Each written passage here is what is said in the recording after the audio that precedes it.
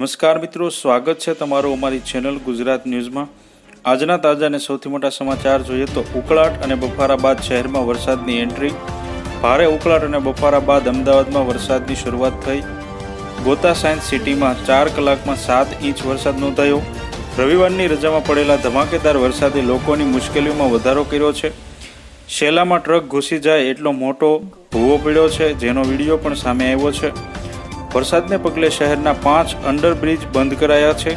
અમદાવાદમાં ભારે વરસાદના પગલે કુલ 5 અંડરબ્રિજ બંધ કરાયા છે, જેમાં અખબારનગર, મકરબા, મીઠાખળી, ત્રાગડ અને ગોતા સિલ્વર સ્ટાર અંડરબ્રિજનો સમાવેશ થાય છે, તો સીજી અને શેલા રોડ પાણીમાં ગરકાવ થયો છે। 6 ઇંચ વરસાદમાં પલટાઈ સુરતની સુરતમાં ગઈકાલ રાતથી શરૂ થયેલો વરસાદ દિવસે પણ યથાવત રહ્યો છે। લગભગ 6 ઇંચ વરસાદે શહેરની સુરત પલટી નાખી છે। રસ્તાઓ પર પાણી ભરાઈ જતા બોટો ફેરવવાની નોબત આવી તો રિક્ષા પર ઝાડ પડતા રિક્ષા ચાલકનું મોત નીપજ્યું છે। સતત વરસાદથી લોકોના ઘરોમાં ફરી વળ્યા પાણી। તો કડી શહેરમાં સતત 2 કલાક વરસેલા વરસાદથી અનેક વિસ્તારો જળબંબાકાર થઈ ગયા છે। કડીના કરણનગર રોડ ઉપર આવેલી કેટલીક સોસાયટીઓના રહેણાંકના મકાનમાં વરસાદી પાણી ભરાઈ જતા લોકો ત્રાહિમામ પોકારી ઉઠ્યા હતા। અંડરબ્રિજમાં પાણી ભરાઈ જતા અનેક વિસ્તારમાં ટ્રાફિક જામના દ્રશ્યો જોવા મળ્યા હતા।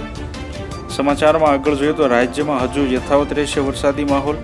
કચ્છ અને સૌરાષ્ટ્ર પર વરસાદી સિસ્ટમ સક્રિય થતા આગામી 2 દિવસ રાજ્યમાં સાર્વત્રિક વરસાદની આગાહી હવામાન વિભાગે કરી છે।